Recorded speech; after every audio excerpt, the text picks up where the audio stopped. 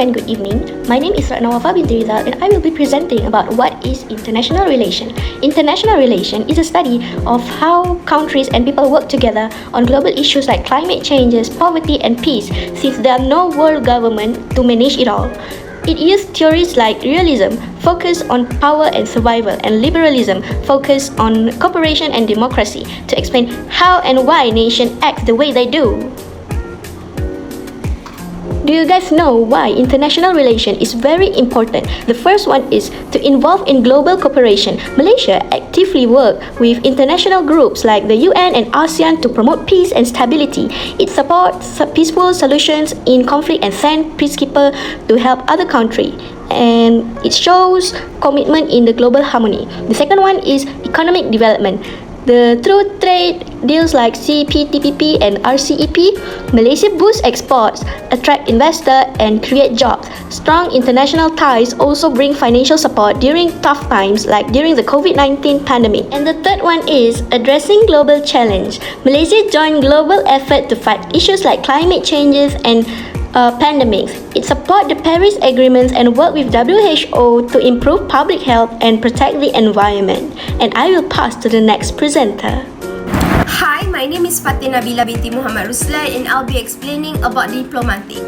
Malaysia is a middle power in Southeast Asia and has a distinct part in global diplomacy.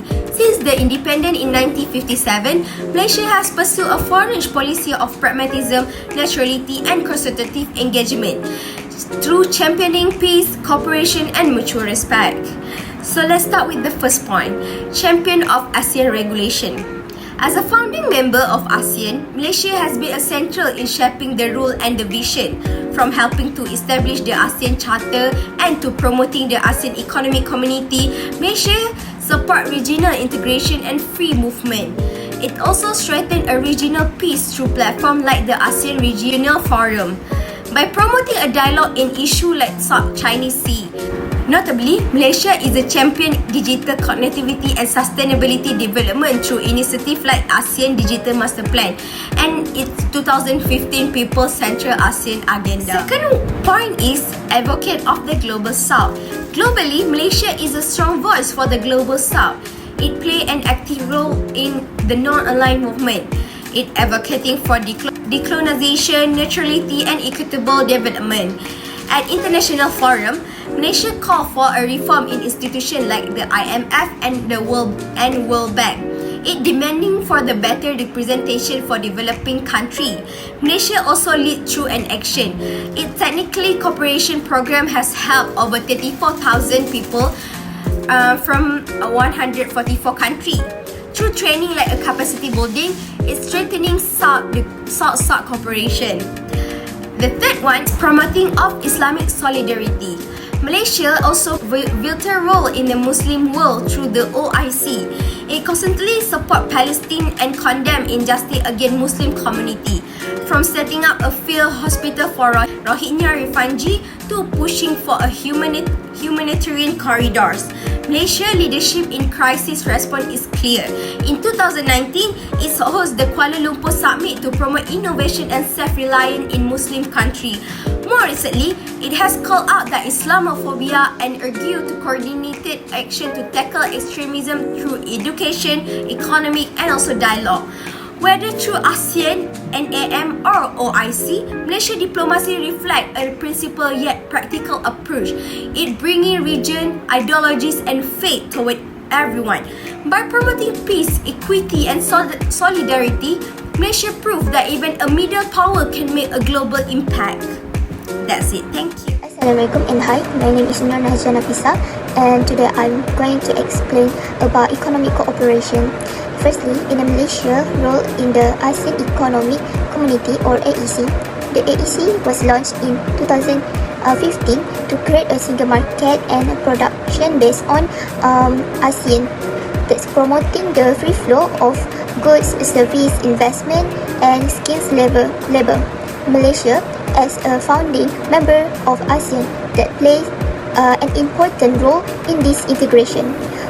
We support trade liberalization through initiatives like AFTA and RCEP, and we also economic cooperation between developed and developing ASEAN countries. One of our biggest strengths is our position as a regional investment hub with political stability, robust infrastructure and business-friendly policy. Malaysia attracts significant foreign direct investment. According to the UNCTAD 2022 report, we remain among the top FDI destination in ASEAN. In conclusion, Malaysia's commitment to the AEC reflects our dedication to this integration. Other than that, Malaysia's role in the Organization of Islamic Cooperation or OIC. The OIC was founded in 1969 with 57 member countries, aiming to strengthen Islamic unity and economic development. Malaysia is one of the most active members. Economically, Malaysia plays a key role in Islamic finance, contributing over 13% to global suku influence and hosting the Islamic Financial Services Board in Kuala Lumpur. We also lead in the halal industry to the Halal Industry Master Plan 2030 that's aiming to make Malaysia as a global halal hub, and our JAKIM halal certification is recognized by over 70 countries. It's helping Malaysia support OIC members with training and standards. Through economic diplomacy and a shared Islamic value, Malaysia is helping to shape a stronger and more connected Muslim world. Last but not least, Malaysia's role in the Asia-Pacific Economic Cooperation or APEC. Malaysia is a founding member of APEC since 1989, and we play a key role in promoting economic integration, digital innovation and sustainable development across the Asia-Pacific region. At the 2025 APEC Ministerial Meeting in Jeju, South Korea, Minister Tengku Zafrul reaffirmed Malaysia's strong support for open trade and the FTAAP initiative, which aimed to create a free trade area for the region. He also stressed the need for collective action to overcome global trade challenges and ensure fair economic growth for all. Malaysia focus on digital innovation, rules-based trade and sustainability show our commitment to building an inclusive and dynamic APEC economy. Assalamualaikum, my name is Muhammad and I will continue with 4.0 Malaysian involvement in peacekeeping. Since the 1950s, Malaysia has been actively involved in United Nations peacekeeping mission around the world. Our country has sent thousands of military and police personnel to conflict zone, playing a key role in promoting peace and security. In addition to UN mission, Malaysia also contributes to regional initiatives through organizations such as ASEAN. This shows Malaysians' commitment not just globally but also within our region. Furthermore, Malaysia participates in various programs aimed at promoting long-term global peace, including humanitarian aid, conflict resolution training, and capability building efforts. All these efforts reflect Malaysia's strong dedication to create a safer, more peaceful. Right now, we are continuing with 4.1 Malaysia foreign policy toward the Israeli-Palestinian conflict. Malaysia has long supported the Palestinian cause and opposed Israeli occupation of Palestinian territories. Palestinians are subjected to harsh military control without basic right or citizenship. Many suffered displacement, bombardment, and the destruction of their heritage. Since the 1957, Malaysia has consistently voiced out strong opposition to Israeli settlement and stood firm in defending Palestinian rights. Malaysia promotes a foreign policy rooted in peaceful coexistence, sovereignty, and respect for human rights. Malaysia have also been actively involved in international efforts, such as through the United Nations and Organization of Islamic Cooperation, especially from the 1980s onwards. Malaysia continues to provide humanitarian aid and diplomatic support, advocating for free and independent Palestine. Malaysia's involvement in humanitarian and medical assistance. Our nation has a strong record of stepping up during the time of crisis.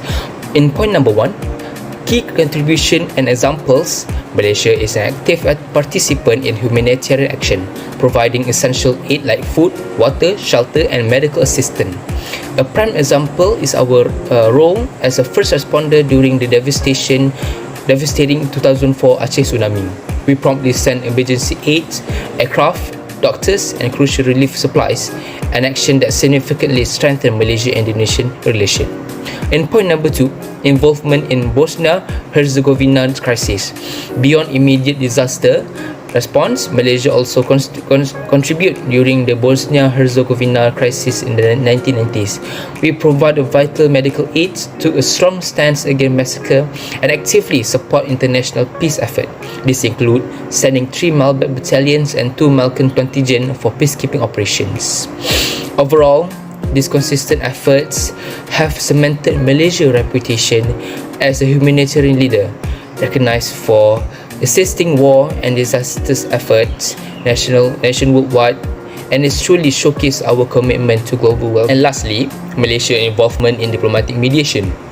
In point number 1 and number 2, Malaysia's approach to diplomacy. Malaysia primarily employs what we call as quiet diplomacy. This means we engage in behind-the-scene negotiation to mediate conflicts rather than public confrontation. Our approach emphasizing inclusive consultation, ensuring all parties are heard while carefully avoiding public tension that we can escalate disputes. If we move on to number 3, Southern Thailand peace talks example. A significant example of our mediation efforts is in the peace talk in Southern Thailand since 2004. This region has faced a separatist insurgency that sadly resulting in over 7,500 casualties. Malaysia has played a key mediator role between the Thai government and the Barisan Revolusi Nasional Melayu Patani, or BRN. We've seen significant progress in recent years towards ending this long-term and long-standing conflict through this negotiation. The impact of these mediation efforts, this demonstrate a Malaysian commitment to fostering stability and peace through discreet yet effective diplomatic mediation, contribution to regional harmony and conflict resolution. Thank you. Assalamualaikum and hi. My name is FIRAS bin SALLEH. The role of international relations is also related to issues of multicultural and education. 5.1 Multicultural diplomacy. Malaysia is a multicultural nation because of various ethnic such as Malay, Chinese and Indian. This is because of British colonization that transformed our nation to multicultural country. Multicultural diplomacy can be done by tourism festival. For example, some of main festival that we have are Chinese New Year, Hari Raya Aidilfitri and Deepavali. Moreover, Malaysia practice halal tourism because of Islam is the official religion for the nation. Halal tourism is designed to meet the criteria of Muslim tourists in travelling activities. Furthermore, one of key pillars of ASEAN is Asian Socio-Cultural Community (ASCC) to promote multicultural diplomacy and regional identity. Malaysia also contribute to Organisation of Islamic Cooperation (OIC) to protect Muslim, strengthen international peace and security, and protect human rights. 5.2 Student exchange. In Malaysia, education is under the jurisdiction of Ministry of Education (MOE). MOE is responsible for managing the school system, controlling national examination, and supervising the development of education in the country. In this modern technology era, the development of education sector in Malaysia is focusing on digital transformation, such as online classes in Google Meet. There are several international relations roles for student exchange, which is interprofessional education (IPE) programs. In this program, the students are from different professions and they need to learn collaboratively. This program also focusing on healthcare education to build peaceful cooperation and mutual understanding. Additionally, in 1982, Malaysia's fourth Prime Minister Tun Dr. Mahathir Mohamad had introduced initiative of Look East Policy (LEP), which is sending Malaysian students and trainees to Japan for education and training in various fields. The objective of LEP is to improve the administration, development of the country and promote ethics in the Malaysian society. There are two LEP waves. The first one is Look As Policy, created by Tun Dr. Mahathir, and the second is Look As Policy 2.0, continued by Datuk Seri Najib. Assalamualaikum and hi, my name is AQILAH binti MUHAMAD and I will be explaining about challenges that accounted by Malaysia in international relation.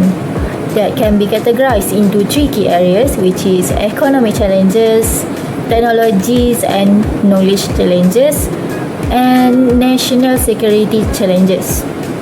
First and foremost, economic challenges.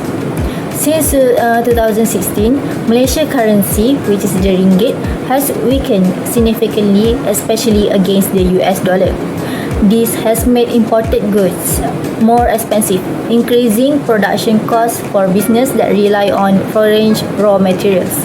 As a result, foreign investors, especially the industry like automotive and aviation, have suffered losses.